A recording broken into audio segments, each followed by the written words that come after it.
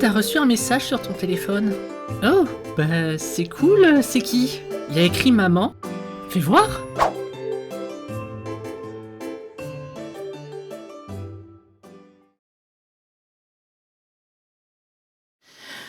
Merci maman. Salut à tous, il y a quelques mois de cela, je faisais mon coming out en tant que personne transgenre. C'était quelque chose de difficile pour moi, j'étais très nerveuse, c'était pour moi un sujet très compliqué, surtout quand on connaît les milieux que j'avais fréquentés dans ma jeunesse et les penchants idéologiques de certains membres de ma famille. D'ailleurs, je vois bien que mon nombre d'abonnés chute légèrement à chaque fois que je reparle de ma transidentité, même si ça finit toujours par remonter. De quoi? C'est un trans? Burk, je me désabonne. On dit une trans. Au moment où ma vidéo sortait, quasiment personne autour de moi n'était au courant. Mais je me disais que ma chirurgie de féminisation étant faite, même si les différences entre avant et après restent anecdotiques, et mes progrès en féminisation de ma voix devenant concrets, il était peut-être temps de m'assumer au grand jour. Et donc, autant balancer l'info directement sur internet et faire tourner la vidéo autour de moi. Au moins, comme ça, c'est clair pour tout le monde. Au final, ma sœur, ma mère, ma grand-mère et quasiment toute ma famille du côté de ma mère m'ont répondu de façon très positive. J'avais d'ailleurs passé mon premier Noël en tant que Silmeria avec cette partie de la famille. Ça m'avait beaucoup touché de voir que même les membres les plus âgés de la famille faisaient vraiment des efforts pour s'adapter à ma personnalité refoulée jusqu'alors. Du côté de mon père, c'est plus compliqué. Je connais peu de monde et de ceux que je connaissais, beaucoup ne sont plus de ce monde de toute façon. Mais visiblement, comme mon père avait fini par réaliser, il l'avait pas très bien pris.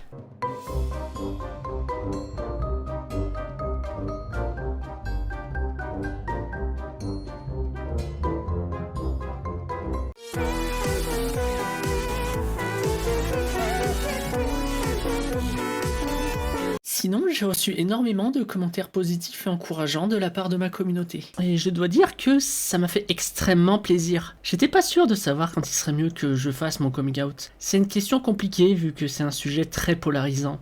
Et du coup, je me disais que du moment que les gens appréciaient mes vidéos, au pire, c'est pas forcément important.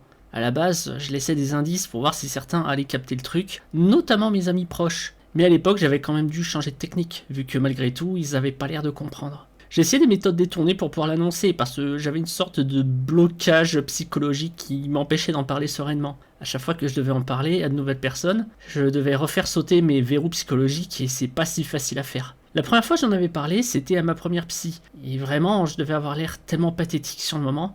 J'étais complètement incapable de regarder la personne dans les yeux. Je tremblais comme une feuille et je transpirais à grosses gouttes. J'ai toujours la sensation d'être une anomalie, une chose qui devrait pas exister, que je devrais avoir honte de ce que je suis, que personne n'accepterait l'espèce d'imbroglio mental et émotionnel que je suis. Donc autant le cacher, personne n'a besoin de le savoir après tout. Que de toute façon, je serai jamais une vraie femme, qu'il y aura toujours des choses chez moi qui me trahiront. Des détails même insignifiants que certains exploiteront pour me ramener à ce fichu chromosome Y dont j'ai jamais voulu. Je me dis que si j'étais plus forte, je pourrais surmonter ma dysphorie. Je pourrais juste être un homme normal et ne pas avoir besoin de transitionner. Sauf que ma force, eh bien, c'est mon côté féminin qui l'a. Et si je veux pouvoir évoluer dans ce monde, j'ai besoin de cette force. L'avenir est incertain et on n'a jamais trop de force et d'assurance. Et comme je l'avais dit dans une précédente vidéo, je n'avais pas le courage de faire un vrai coming out ou d'en parler autour de moi. J'avais fugué de chez mes parents pour ne pas avoir à affronter la situation d'être une femme trans dans une famille où certains éléments sont très droitardés. Et j'étais parti refaire ma vie de zéro. Mais même comme ça, le malaise était ancré trop profondément en moi et me faisait me sentir mal à l'aise avec cette spécificité. Les personnes transgenres sont souvent le sujet de critiques déplaisantes, d'idées reçues dégradantes et parfois même de violences psychologiques ou physiques. Et je voulais pas me retrouver prise là-dedans. J'étais isolé, encore marqué par ma séparation, sujette à la dysphorie, je vivais dans un logement en location et travaillais pour un SMIC. Même si pour ce dernier point c'est toujours la même chose. Pas besoin de rajouter par-dessus toutes les contraintes sociales liées à la transidentité. D'autant que je passais mon temps à remettre en cause mon propre passing, n'osant pas m'affirmer en tant que femme trans si n'importe qui pouvait remettre en doute ma féminité d'un simple coup d'œil. Mais au vu du nombre de fois où j'avais été reconnue en tant que femme bien avant que je n'entame ma transition, j'ai fini par me dire que je ne risquais pas grand-chose à passer le pas. Et au final, je vois bien que plus j'en parle et plus je fais la connaissance de personnes ouvertes et bienveillantes, même si des fois on tombe aussi sur des gens pas forcément à jour sur le sujet. Des personnes qui me voient comme quelqu'un de digne d'intérêt, qui aiment mon énergie, voire qui me voient comme une source d'inspiration apparemment. J'ai reçu beaucoup de commentaires positifs, mais aussi de questions. Des gens qui ont des interrogations vis-à-vis de la transidentité, et c'est peut-être plus facile pour eux de poser ce genre de questions à une personne qui n'est pas trop vindicative sur le sujet. Des questions plus ou moins maladroites, mais qui ont toute une certaine légitimité. J'essaierai d'être aussi transparente que possible, le sujet est compliqué, et je comprends que ce soit pas acquis pour tout le monde. monde. Peut-être que j'arriverai à dissiper certains malentendus, certains clichés qu'on me ressort trop souvent, mais aussi des questions de la part d'autres personnes trans, qu'elles aussi ont l'air perdues, comme j'avais moi-même pu l'être. C'est normal de douter quand on doit vivre dans ces conditions. L'important, c'est de ne jamais désespérer. Les difficultés sont faites pour être surmontées, pour éprouver nos forces et nous apprendre à les utiliser et à les améliorer. Et c'est d'autant plus important pour moi maintenant que je suis en couple avec une autre personne trans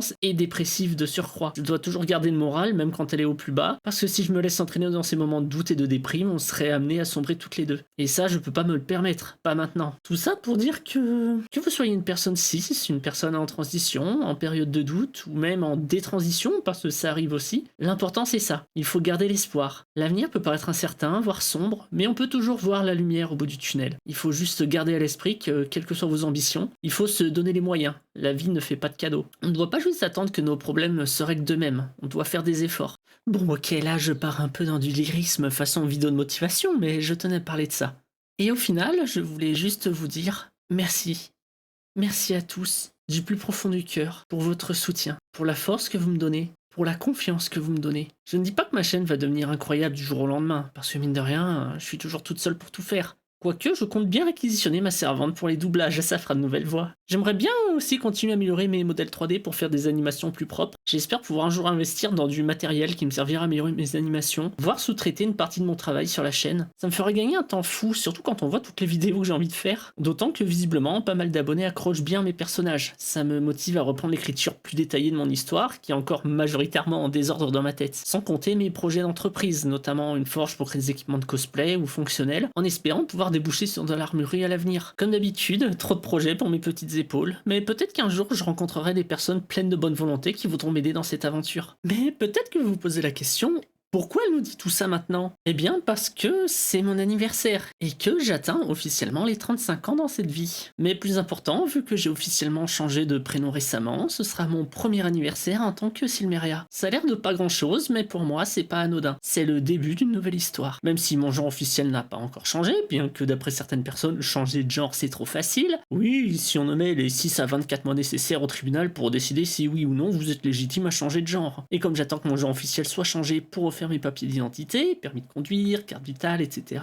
pour ne pas avoir à le faire 2 fois de suite, et bien en attendant, mon nouveau prénom est bien dans les bases de données officielles, mais j'ai encore mes anciens papiers, raison pour laquelle je présente toujours de façon vaguement masculine au travail, pour ne pas que ça soit un sujet de malaise avec les collègues, bien que j'avais bien fait la mère Noël avec eux et que j'avais été plusieurs fois bien tenté de leur dire franchement. J'espère juste qu'on me demandera pas souvent mes papiers, vu que la dernière fois on m'avait même demandé si c'était bien ma carte électorale que j'avais à la mairie. Enfin bref, normalement j'ai bientôt fini mon contrat de travail, le 25 avril, et donc j'aurai de nouveau du temps libre à investir dans ma chaîne et ne plus me contenter de faire que des chansons par IA. Refaire des animations, des parodies, des sketchs, du gaming, voire enfin des lives, que ce soit sur Twitch, YouTube ou autre, j'ai pas encore décidé, pour s'aimer du Blender ou des jeux. Déjà reprendre la parodie de Girls on Panzer là où je l'avais laissé, et enfin faire les vidéos sur War Thunder, Code Vein, Celeste, Tarkov, etc. Parce que oui, j'étais très sérieuse quand j'avais annoncé ces vidéos, c'est juste que j'avais prévu une réalisation au-dessus de mes moyens actuels, et que du coup, Blender c'est beaucoup de travail, faire des nouveaux modèles, faire de nouveaux décors, tout ça ça demande du temps, et du temps,